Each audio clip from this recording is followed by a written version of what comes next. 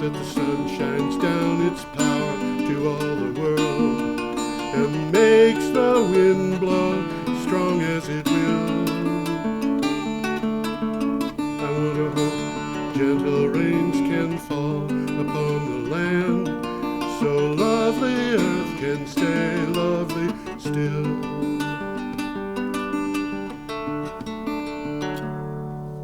Hello, ladies and gentlemen. Welcome to the 414th edition of Energy Week with the appalling George Harvey, that's me, and the amazing Tom Fennell, that's him,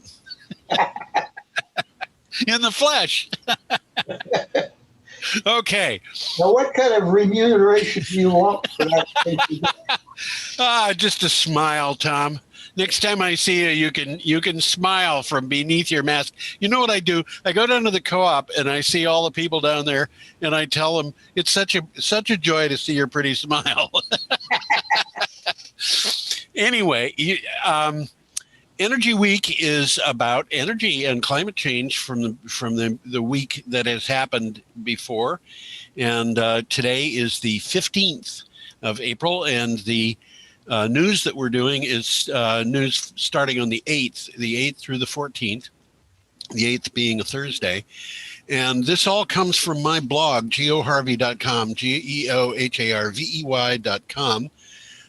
If you're watching it, which I would assume you are from a place where you're either at BCTV or YouTube or wherever, there's going to be a link that will give you the ability to get to at least one link, and hopefully also a place where you can actually download the file, where you can get to the what I call the script that Tom and I use, which is it has the photographs, and it also has the blurb, the 50 words or whatever, in the link to the article. So yeah, you mentioned it's got the link to the article. Yeah, which in some cases are well worth reading. Yeah, absolutely. And you can get to the article also from geoharvey.com by clicking on the date. We will be starting on the 8th of April, but every third one of these we're going to the next date, and you can find the article there. And Tom has a message for you, I can tell. Well, I think I've already said it. Some of these are well worth looking at. And I'll try and mention this to you if I see any that are particularly compelling. Yeah. But they're all good. Every one of them is worth reading. Yeah, they are. Some of them are pretty long. Some of them are pretty long, and I feel a little embarrassed about making Tom read those long articles. But we're going to start with a very weird-looking airplane. Well, weird-looking is the right thing there. Yeah. It's a strange-looking bird. But you can see in the picture how it's configured, what it does. You know what? For some reason, my computer is not responding when I tell it to go to the next picture. Well, let's look at the picture here. There we go. There's the picture. You got the picture. I've got the picture. Okay. Yeah. So the aircraft, if you look at the picture, you can see 4 fixed vertical lift propellers and 1 pusher propeller. Yeah, well, in the picture that I've got, those vertical lift propellers are actually whirling around. Yeah. Well, that's an artist's conception, because this does not exist at this moment. Yes. Very weird airplane. It's got 4 wings, and in this particular picture, 2 of them are white, and 2 of them are dark brown, and all those wings are attached both to the fuselage and to a boom. There's 2 of these booms that have 2 vertical lift propellers, and you'll notice that at the tail of the airplane there is a pusher type propeller. There it is. Right? And the way they do this is with a pusher type propeller not going, they treat it like a helicopter, and when they get it up to reasonable speed going ahead, the pusher type propeller reasonable height, the pusher type propeller starts them moving ahead, and then they they furl those vertical lift propellers and depend on the wings. This is very strange, but it's an article. Here, recharging takes less than an hour. Yeah. It's got a 250-mile range. Yeah. And its test is 170 miles per hour. And Tom, if you think about it, landing this thing, you're going to be taking stuff out of it and putting stuff in, and that's going to take the better part of an hour right there. So there's going to be able to recharge whenever you need it. It's going to be fully charged all the time. Yep. This is from Clean Technica. What do you have for a title for the article? UPS orders 10 electric vertical takeoff and landing aircraft. Through a subsidiary, UPS is jumping into the future a bit faster. UPS Flight Forward ordered electric vertical takeoff and landing aircraft from Beta Technologies. The eVTOL aircraft will be used in small and mid-sized markets and will land directly at the UPS facilities themselves. It's coming, folks. This is the future. This is the future. The near future, really. Yeah, the near future. They've ordered these things. They haven't been built yet, but they're on order. So they're moving ahead with this. We should move ahead ourselves. We're looking at some pictures relying on water. How do we know they're relying on water?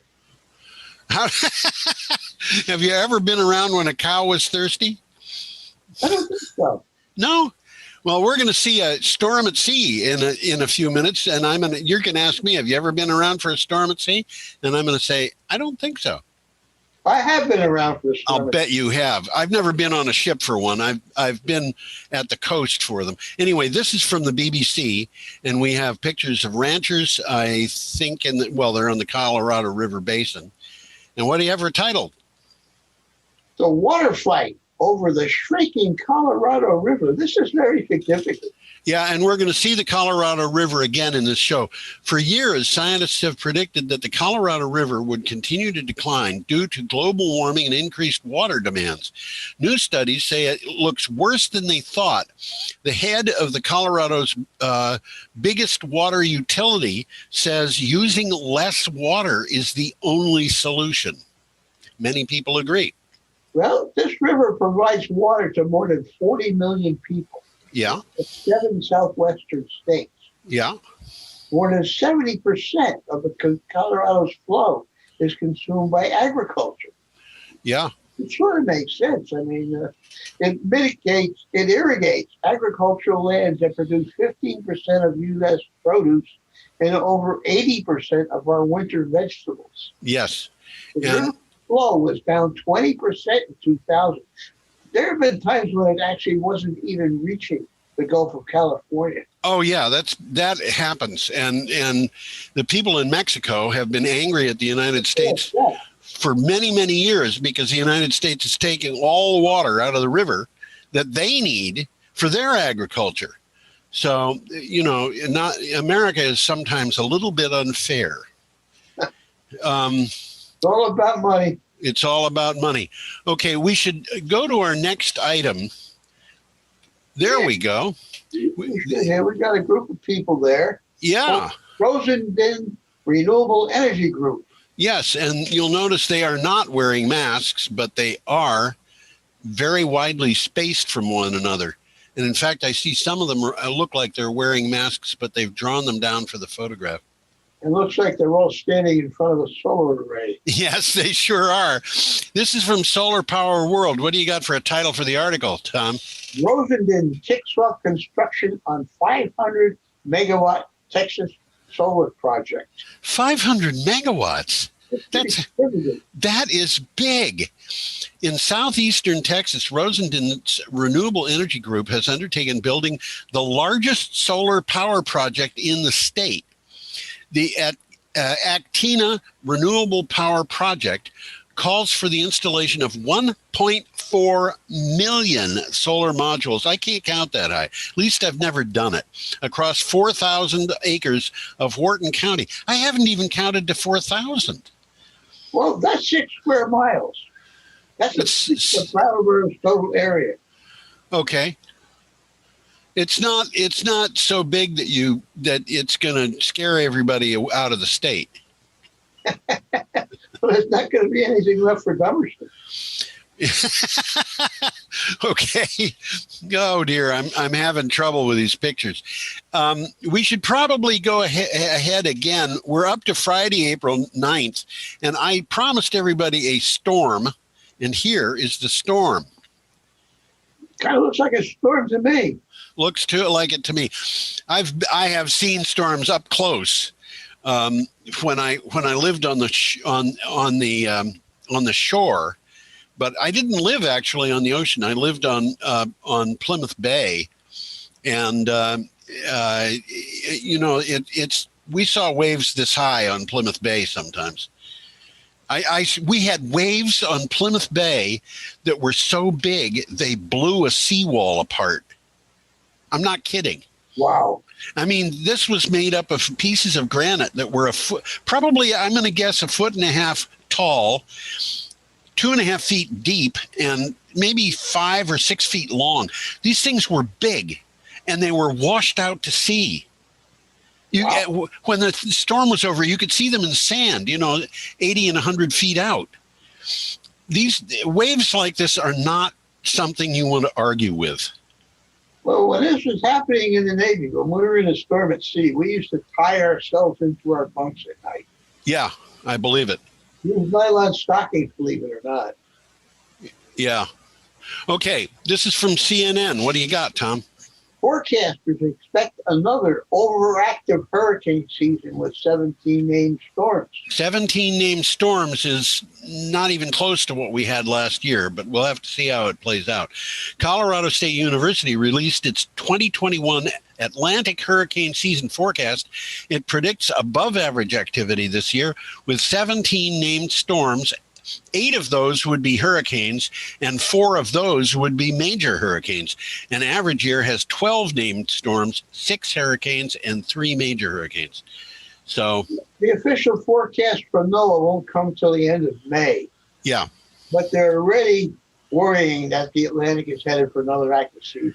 Well, it's not a surprise. I mean, well, 2020 was a bad year. 2020 was unbelievable.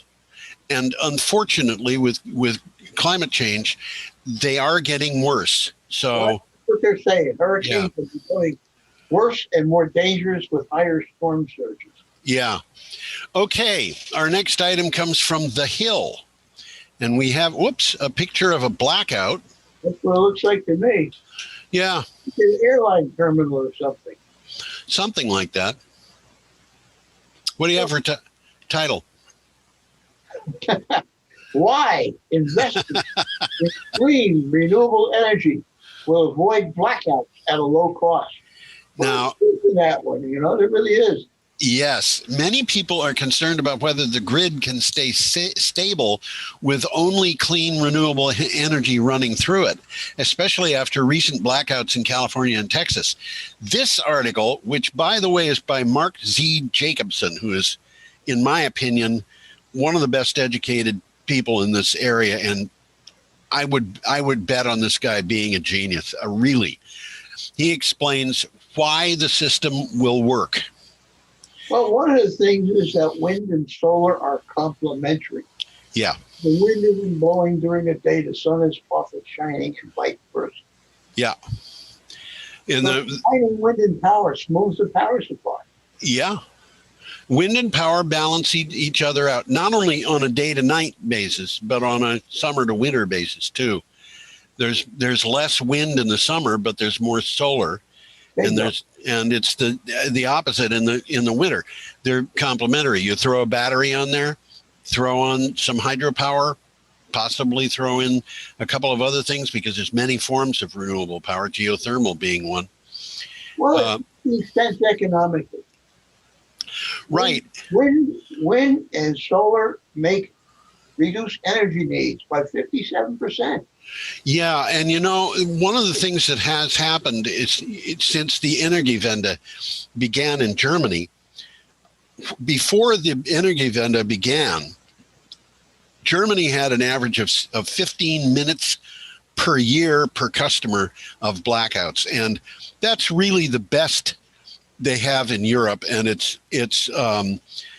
we have 6 times that in the United States. 6? No, I'm sorry. We have 10 times that in the United States. We have about 2.5 hours per customer per year, and the Germans were 15 minutes. When they started getting really heavily involved in wind power and solar power and just renewables in general, their reliability became much improved from their best in Europe status. And they started getting to a point where instead of 15 minutes, it was more like 6. So, this is a big deal. When a wind, in 10 words or less, what does energy Venda mean? It means energy is energy, and Venda means change. So what they're doing is they're changing from the old system in which they were reliant on coal, gas, and nuclear into a new system where they're reliant on renewables. And they're getting rid of nuclear altogether. They've got rid of half their nuclear plants. They're going to get rid of the rest in the next couple of years. Nuclear? Nuclear. What's that? You're pronouncing it wrong. It's nuclear. Nuclear. Oh, yes, I remember. That was what Jimmy Carter taught us. Right. Well, I hope you don't mind. I'm in the habit of saying nuclear, and I'll continue doing so. Okay. Our next item. Are we ready for the next item? Yeah, let's look at I guess it's a picture of the Earth. It's a picture of the Earth with 5 named storms on it: Sally, Paulette, Renee, Teddy, and Vicky. And if you look, you can see that actually somebody's drawn the boundaries of the states in that area. I can see Nebraska and Kansas and Iowa and so forth. This is from Clean Technica. What do you have for title, Tom? Yes. Industrial waste disasters are more likely from climate change. Yeah. The threat of a catastrophic failure in Piney Point, Florida, sending a 20-foot wall of industrial wastewater over homes and businesses, illustrates the danger of our reliance on industrial waste ponds. The risk they pose is greater because of climate change. Well, of course it's greater. Our risk of getting involved in heavy-duty storms is greater. And those heavy-duty storms, have you ever seen a chemical pond, Tom? Yes, I have. They're absolutely disgusting. They're an irresponsible way to store very dangerous waste. Yeah, I used to work at a chemical plant where the vice president in charge of research would see to it, if he found out that an employee was hunting, he would see to it that employee was fired. I'm not kidding. No kidding. He loved animals. He didn't want them to be the victims of hunters. And that plant had a chemical waste pond, and every once in a while some water bird like a duck would land in it, and within less than a minute it would be dead. Wow. And the reason was because the chemical waste pond had poisonous waste that would vaporize, and so a duck would land in there, and it would be in the greasy air. Yeah, it would simply get poisoned, and that would be that. And now today, waste pond that was that toxic, I think, would probably be prohibited. But nevertheless, these waste ponds can be huge, and we've seen them break open, dumping coal ash, for example, into rivers. And when that happens, if a chemical waste pond of the nature that some of these things are were at Brattleboro, Vermont, and it broke into the Connecticut River, you'd have everything killed all the way down to Long Island Sound. Yep. They're absolutely horrible. How do we deal with that? Honestly, I don't have a solution for that one. Except that you can. For one thing, make waste ponds illegal. Well, yeah, I don't know how they would go about. They're going to have to do that at some point, I think. But somebody's going to have to do research into how to go about actually doing that, because I don't think you could just say you're not allowed to use these things anymore. They'd move all the second order consequence of how we live. Yeah, it's not good. Okay, should we go on? Yeah, we got a picture of a solar nanogrid in operation right here. Now, where's the solar nanogrid? Well, the solar nanogrid, the evidence of it is that the lights are on.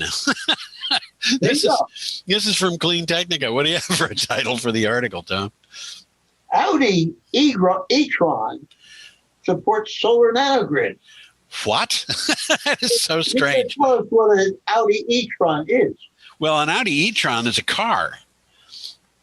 But used Audi e-tron batteries. You see, this is an electric car, and it's got batteries. And these batteries get a little bit tired after a while. But if you take them out and use them, you can use them for other things. And they've got a lot of life for other things when they're not being used to burn rubber on a road. I was going to say exactly that. If the battery is no longer adequate for running a vehicle, it can still have a second life as a storage device. Absolutely. Used Audi e-tron batteries are getting another life in India. A German-Indian startup has turned 2 Audi e-tron battery modules into a renewable energy storage for a solar nanogrid.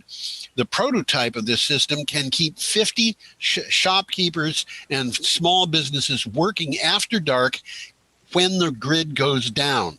So what you're seeing here is a person who's selling bananas, apples, oranges, whatever he's got, pineapples I see there, after the sun's gone down, even though the grid's gone down. So, and that's a very important thing in many parts of the world, probably including where this man is, because that would be why they chose this place for the nanogrid. A lot of places you can bet on it that for a couple of hours a day, the grid is not going to be functioning. And that's, he's got to sell his stuff to make a living. Makes sense to me. What's that? It makes sense to me. Yeah. Okay. Our next item. According to the article, they had lead acid batteries for their purpose, but these are lasting much longer. Oh, yes, absolutely. Lead acid batteries are, I'm not sure what they're good for anymore. Do you have any ideas on that? They're still in cars. They're still in cars. They're maybe they're good starter batteries, and it would be too expensive to put in lithium-ion batteries for starters. But I don't know. Well, you're not going to need starters in the future because the cars are going to be. By golly, you're way ahead of me on that one. I should have thought of that myself, Tom. Okay, we've got an article here from Clean Technica, and we have a picture of the Jordan River. Now, you didn't know the Jordan River was in British Columbia, did you? It's a very long river. I looked at this, and I saw the actual image that was used for the article, which didn't say it was in British Columbia. And I said, Jordan River? What does it look like? Are they trying to pull the wool over my eyes? This is a Jordan River that happens to be in British Columbia. So what do you have for title for this? Evidence mounts in Procter & Gamble's role in degrading intact forest. Yeah, this is kind of horrifying. A new NRDC. NRDC is the Natural Resources Defense Council. A new NRDC analysis of Canadian logging companies supplying wood pulp to the U.S. marketplace looks at Procter & Gamble's sustainability claims. Mills supplying P&G allow forest sourcing to come at the cost of indigenous rights. Why would we care about indigenous people? They're just a bunch of, non-whites. Threatened species, why should we care about them? And global climate. Well, from the article, it says logging is overwhelmingly conducted under weak forest certification schemes. Yeah. That are cheating. Well, why would they do it under a strict certification scheme? If they had a strict certification scheme, they'd actually have to be careful. I think so. But global environmental crises, as well as Procter and Gamble's own reputation and future, can't afford to wait for the company to act. Yeah, I think that's true. So what do you do in the meantime? Well, you could do two things if this gets you upset. One of them is don't buy P&G goods. And the second thing is write them a letter that says, I'm not buying your goods. They like that one. What's that? They like that one. Yeah. Well, you could actually buy their goods. They wouldn't know. Okay, our next item up here is, oh, yes, Cleveland. Cleveland. That's Cleveland, Ohio. And this is from News 5 Cleveland.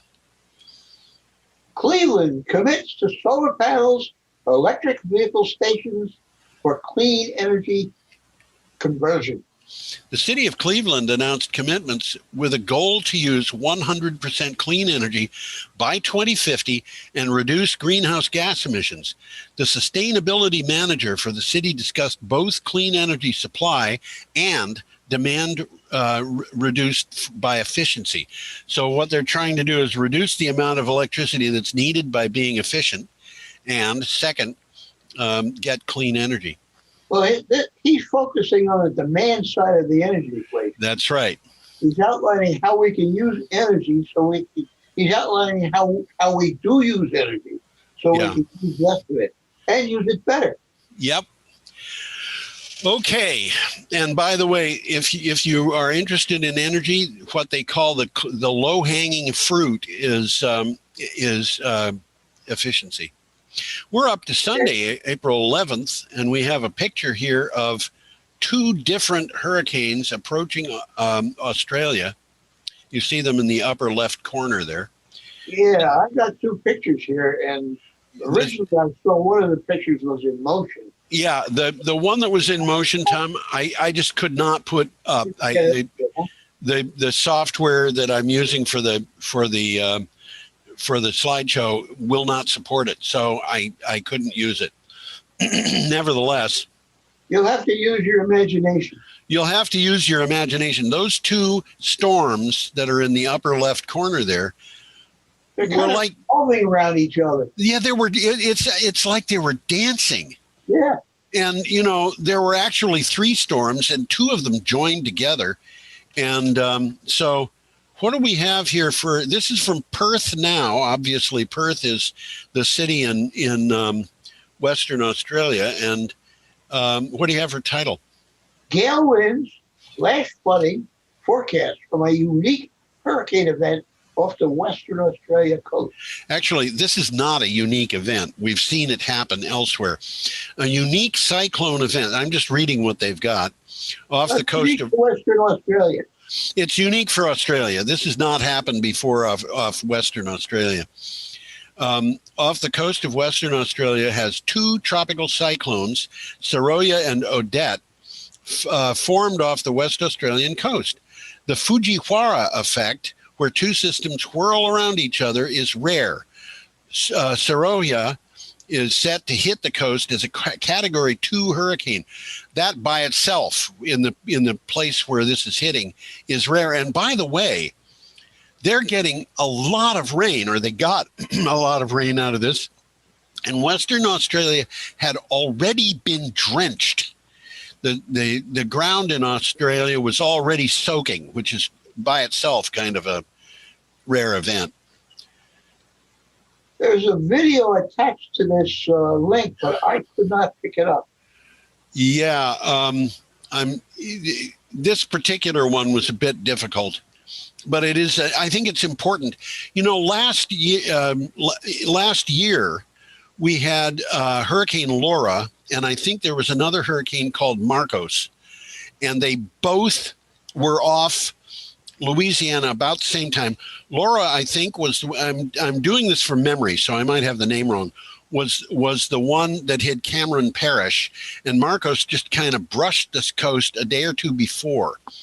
And that was also a Fujiwara effect pair. But in what was it, 1993, I think, we had the perfect storm off Massachusetts, which, by the way, was the storm that I saw blowing away a seawall.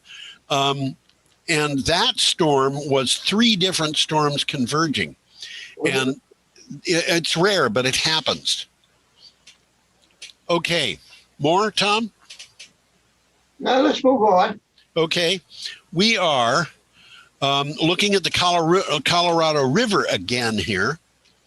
And we have an item from Science Daily. Well, for what it's worth, the Colorado River goes through the Grand Canyon, so everybody's familiar with the Colorado. Yeah, that's right. And it also supplies water to a huge area of agricultural land, like the one that was in the picture that we saw before. Well, the border between Arizona and California is the river. Yeah. And they're stealing water from the river right and left, as the Mexicans will tell you. Yeah, absolutely. The Mexicans are not happy about that, and they've been unhappy for many, many years, my whole life and then some. Well, what it says here is the Colorado River Basin due for more frequent and intense hydroclimate events. Yes. Well, hydroclimate event is a water type event, which means a drought maybe, or a heavy rainstorm, or, and on. Go either way. Yeah, it could go either way. In the vast Colorado River Basin, which is big, climate change is driving extreme interconnected events among Earth's system elements.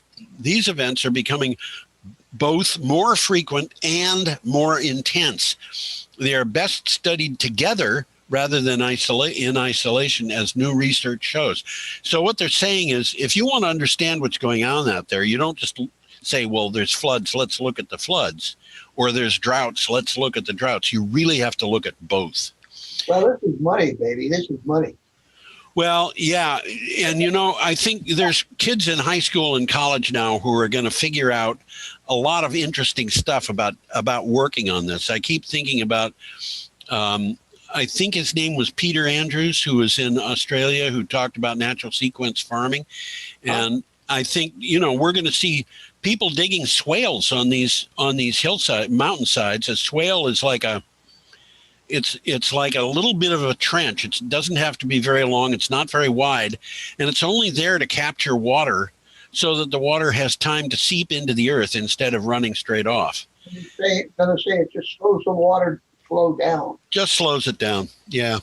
Well, here's a couple of facts here. The Colorado Basin directly supports $1.4 trillion.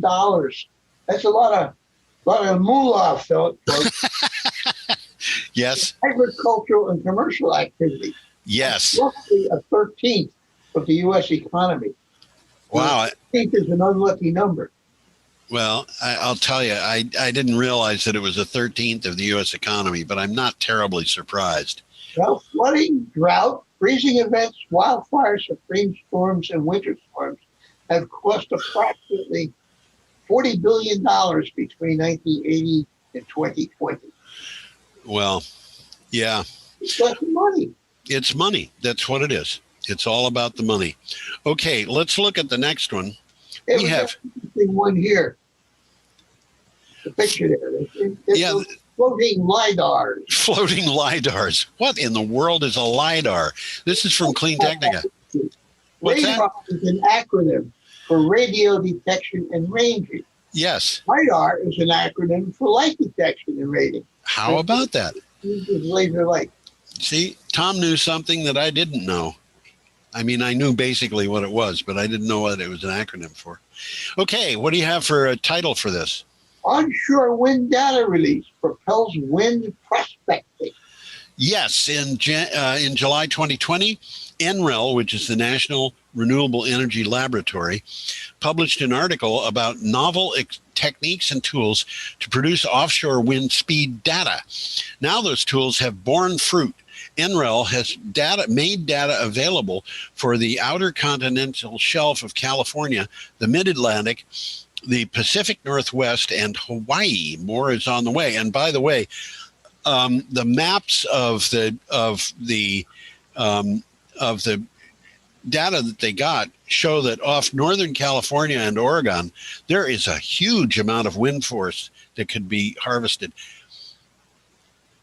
basically what they're finding out from these things. Where's a good idea to do wind farm, or where it's not. And, yeah. And by the way, use this information.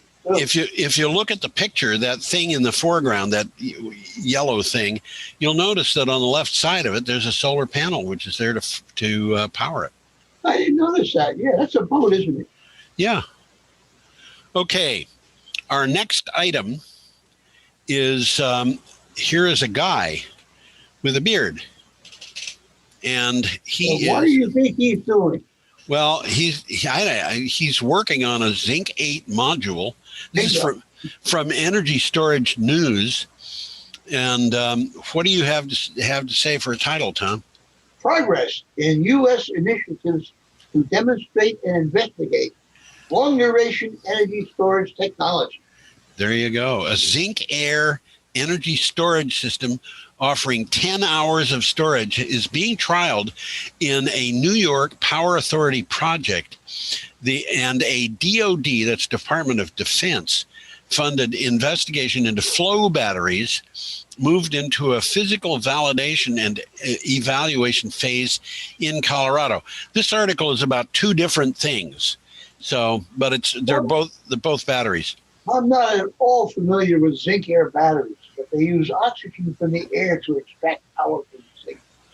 Well, there you go. Flammable and non-toxic with a long lifetime. Zinc oxide, by the way, is used to what is it? It's used as a powder for your skin.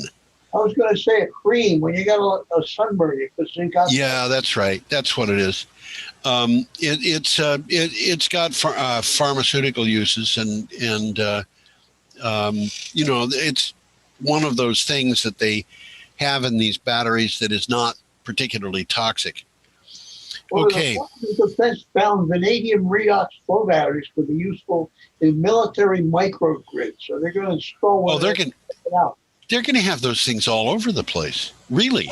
I think so. Well, we've talked about flow batteries, and the only limiting factor is the reservoirs where the flow occurs. Yes. If you want a more powerful battery, you make the membranes bigger. If you want a battery that stores more energy, you make the reservoirs bigger. So, there's a lot of options with a thing like that. Okay. Our next item is from Clean Technica. And here you see naughty people getting ready for a drag race.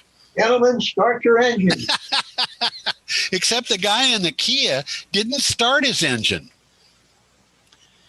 He just he didn't have to. Yep. Did you watch the video for this, Tom? I did. There's a video of the actual race, and the Kia came a close second to the McLaren. Yeah, that's right. Okay. And the McLaren, I think, is the most expensive car you can buy. It's about $1 million bucks. This particular McLaren, I think, was about $220,000. I looked through these cars to see how much they cost, and the McLaren was over 4 times the cost of the Kia. But the McLaren can go for $250,000. Yeah. It goes to $30,000 to $50,000. Yeah, that's right. Okay, this is from Clean Technica. What do you have for title? Electric drag race. Kia EV6 PT versus Lexus combustion engine supercars. Yep, the Kia recently revealed a new electric crossover called the EV6. While the car's official specs were initially withheld, the company also released some staggering numbers. 500-kilometer range, 800-volt charging, and a claimed 3-second 0 to 60 mph time. Actually, it was a little over 3. Think about that. Yeah, it was about 3.5 actually. But the person who's writing this says, yeah, remember, we're talking about a Kia here. This is an SUV. This is the kind of car that you might want to. Well, I don't know. If you have teenagers, you probably don't want this as a family car. But I'm thinking 3 seconds, 0 to 60. With my diesel, it's more like 3 minutes. Of course, I don't have a car, so I don't have to complain. My last car was up. Little background here. This high-performance EV6 GT AV8 all-wheel drive features two motors, provides 577 horsepower. Well, and you know what, Tom? Horsepower doesn't mean the same thing in an electric car as it does in a gas-powered car. No, you're right. You're absolutely right. It's an electric car gets about 2.5 to 4 times as much of energy on the road per horsepower. You know, if you're talking about 100 horsepower in a gasoline-powered car, you're talking about somewhere between 17, 18, and maybe 30 horsepower actually making it to the road. But in an electric car, if it's 100 horsepower, you're talking about 50, 60 horsepower actually making it to the road. So this car is, why is it fast? I don't think it was built with the idea that it would beat a McLaren. I don't think it was. I think that, they tried it out and they said, holy cow. I think you've got it exactly right.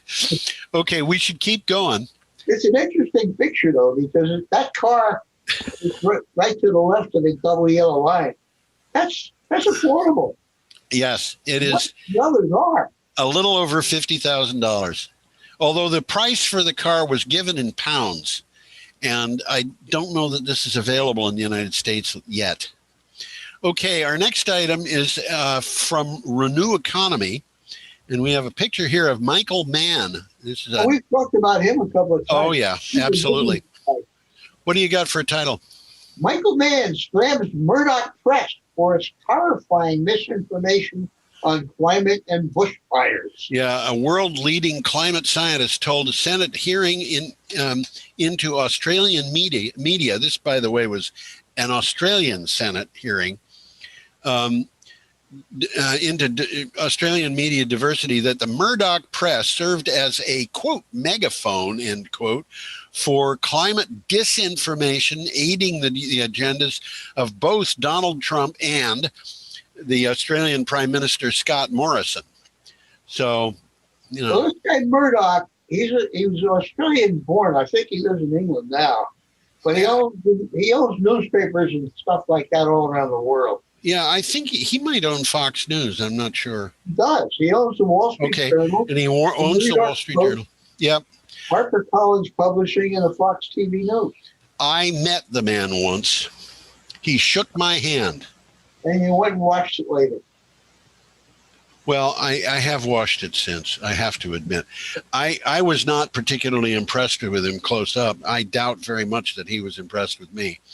Okay, we are up to Tuesday, April 13th, and we have an article from Clean Technica and a picture of an Ollie. Tell me if that is the silliest looking vehicle you've ever seen. Well, it's silly looking to us now, but it looks like it makes sense. Yeah, it sure does. Well, there's an interesting thing about this. Some of these Ollie cars are made by 3D printing. Or what? Some of these Ollie cars are manufactured using 3D printers. Oh, yeah. Well, a lot of people are doing that. A lot of organizations. In fact, I've read articles about 3D printing being used on parts for nuclear reactors. I'm like, what? Well, that blows my mind. I mean, yeah. What do you have for a title here, Tom? Autonomous electric vehicle Ollie, now on roads in Knox County, Tennessee. Yeah, Ollie is not a free-roaming autonomous vehicle. By the way, by autonomous vehicle, they mean you get in, the door closes, the thing takes off, and nobody is driving. There you go. Yeah, it's not a free-roaming autonomous vehicle, so you can't tell it, take me to Boston. It can't go from any odd spot to any other odd spot, even in one region. But it does go from point A to point B autonomously. And when that's needed many times a day, it can perform a really useful service. So here you've got a vehicle, and if you say, okay, I want this thing to go to SIT, which for anybody who doesn't know, Brattleboro is a school campus north of Brattleboro. You could say, I want it to go between SIT and, the the end of Canal Street, and it would just go back and forth on that route because what it does. It just rotates on the route. Exactly, and so it would serve as a bus, and it would fit in with the local traffic, and it would be probably a great deal safer than a car driven by a human being. That's the record that they're aiming at. Well, it's designed for use on closed campuses. Yeah, exactly. And it's currently in the midst of testing in Knox County, which is Knoxville. Yeah. But in the testing, it's got a safety attendant aboard. Yeah, well, I think among other things, they probably want to they assure people that they're not. It's in the beginning until they get used to it. Yeah, they have to get used to it.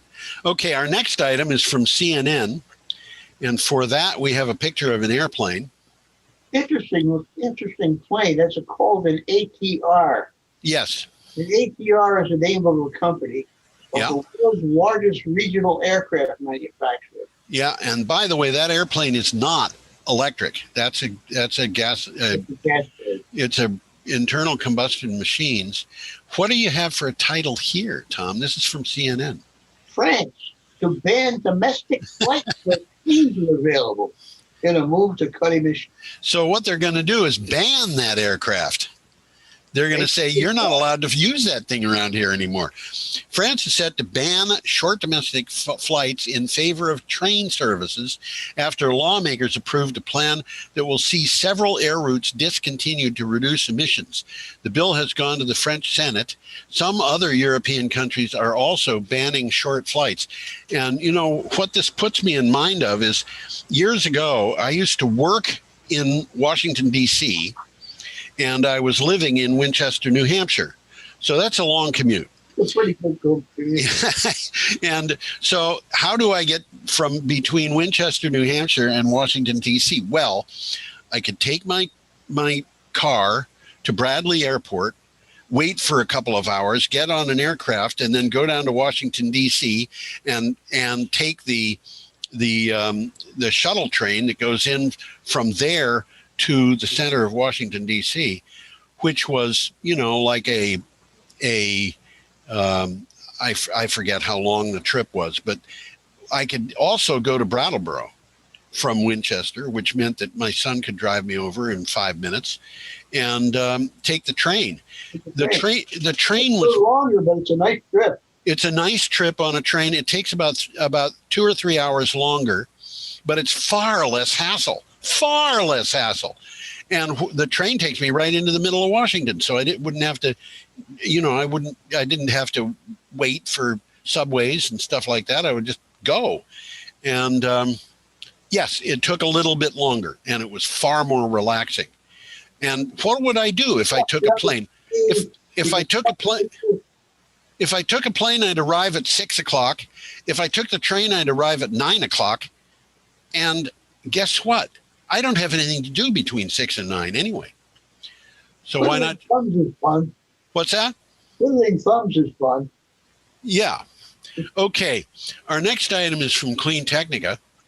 And for that, we have a protest. Yeah, they're protesting the Dakota Access Pipeline. Yes.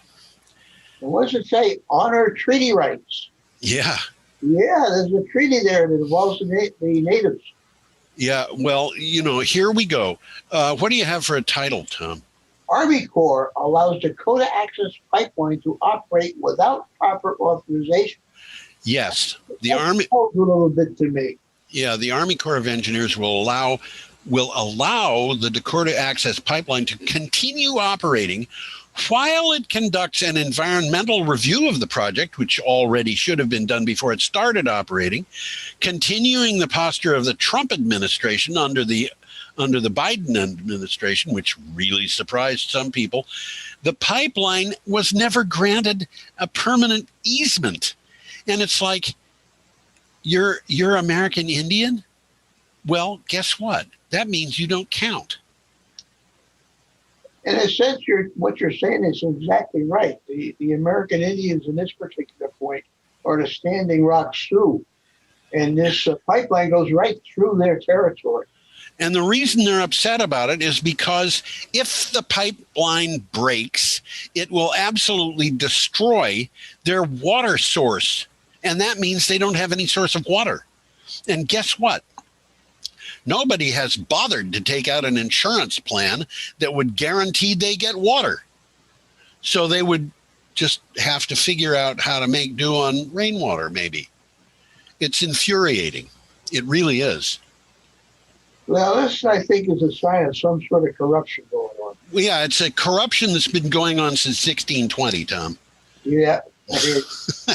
Okay, we're up to April 14th, which is a Wednesday, and we have a picture of, well, it's a graphic of an opinion poll.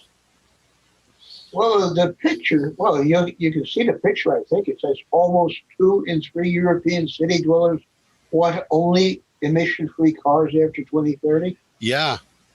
This is also from Clean Technica. And 53% of Europeans living in cities support the European Union ban on petrol and diesel car sales after 2030. But if people support this. Yeah, that's right. That's what the article's about. Almost 2/3 of the urban residents support banning the sale of new petrol and diesel cars in Europe after 2030, according to a YouGov online poll in 15 European cities. A phase out of fossil fuel car sales is an option now before European lawmakers. You know, there's an interesting flip side to this, which is some of these cities are already banning diesel and petrol burning cars from big areas of them. So they are not allowed. There's a lot of pollution in Europe. Yeah. And you might remember, Tom, actually, when, I don't remember what year it was. I don't remember the event. I think it might have been 1947. I don't remember the event because I was too young then.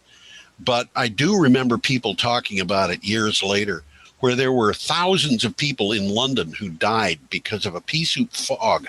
Do you remember that? I don't. Yeah. That we used to say London was famous for it. That's why they call it raincoat a London fog. Yeah. This is the pollution that hits these cities. Well, it's the same all over. People don't think about it, but in Vermont, another person dies because of air pollution almost every day. And that's in Vermont. What's that? That's in Vermont. That's in Vermont. You go to New York City and it's a little bit worse than that. You go to Los Angeles and it's a little bit worse than that. And you know, this is one of the reasons we have to do something about this. We're going to handle air pollution at the same time that we handle climate change. And, you know, if we just had good air pollution policies all along, we wouldn't have a problem with climate change. But, you know, here we are. Well, the Europeans clearly support this ban. So, yeah. Well, electric cars are coming. I mean, it's the economic stupid. That's right. Okay. Our next item is from News ERR. And what are these funny-looking things? I don't know. I think they're... Oh, you know what they are? They're mixers. Is that what they are? I think they are. They mix the air all up. I forgot to turn off my email before the show, and I'm afraid that if I leave the window that I'm on to fix that, I won't be able to get back to this. Oh well. Well, we're almost finished anyhow. Yeah, that's true. This is and what do you have for a title on this, Tom? Estonia and Denmark signed the largest renewable energy agreement in the Baltics. Okay, I want everybody to raise their hand if they know where Estonia is. Yeah. It's up there somewhere. It's up there somewhere. Okay. The Denmark is right at the mouth of the Baltic, if you will. It's separated from Norway and Sweden by a body of water called the Kattegat, which ships go through to get to the Baltic and get to places like St. Petersburg, which used to be Leningrad, and or they call it Petrograd now. It's not Saint. any of the cities in Sweden and so forth. And Estonia is a country that's on the Baltic. Huh? The country's right there. It's right there. It's on the Baltic. It used to be part of the Soviet Union.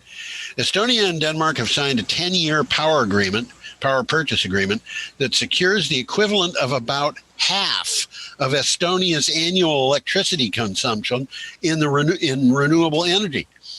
The agreement is for 3.8 terawatt hours of renewable energy over 10 years starting 2023. And what are terawatts compared to gigawatts? Well, if you can take a bigawatt and stack it on top of another bigawatt and do that so that you got 1,000 gigawatts, have you ever counted to 1,000? That's a terawatt. Have you? Yeah. Well, there you go. I counted to 1,000 once. I was trying to figure out how many pennies I had. Well, the agreement is for 3.8 terawatts of renewable energy over 10 years. Yeah. It's a lot. It's a lot. And that's more than a megawatt, guys. And by the way, one of the articles we're going to talk about next week is the big change that's taken place in Uruguay, which 20 years ago was about 6% renewable electricity, and it's now about 98%. So, this kind of change can happen. In this case, half of their energy is going to be taken care of by this one contract. Okay. Here, this Copenhagen-based company, European Energy, is constructing is constructing three turbines. Yeah, there's 3 wind farms in Lithuania. Right. Okay, we've got to move on. Sorry about that. And this is an item from Clean Technica. What do you got? What do I got? Here we go. CEC, that's the California Energy Commission. That's right. Announces the nation's first incentive project for zero-emission truck and bus infrastructure. This is significant. It is, actually. You need the infrastructure. Yeah. If you look at these things that are up on the screen, in the upper left, you see the light-duty electric vehicles, which, of course, is cars and taxis and stuff. The one just to the right of that, $129.8 million, is for medium and heavy-duty zero-emission vehicles and infrastructure. This is buses and trucks. Okay. Your UPS truck. Yep. During a virtual event, the California Energy Commission announced approval of a first-of-its-kind project to accelerate the deployment of infrastructure needed to fuel zero-emissions trucks, buses, and equipment. And, Tom, we're just at the end of our hour. You got anything quick to say on that? Well, yeah, transportation and electricity production are 2 largest sources of pollution in the USA. Yep. So they're going after it. Accelerating zero-emission infrastructure will fuel California's clean energy economy. And you just think about diesel buses and diesel trucks and the messes that you know you're breathing when you're behind them, and you understand this one. Okay, time. I can say is here that $50 million isn't enough money. No, it's not. But, you have to start somewhere. California is the first state to do this for heavy and medium and heavy duty zero emission vehicles. That's why it's news. Okay. Well, the California governor has mandated that all operations of medium and heavy duty vehicles will be 100% zero emission by 2045. Yep. We are at the end of our hour, Tom. We are.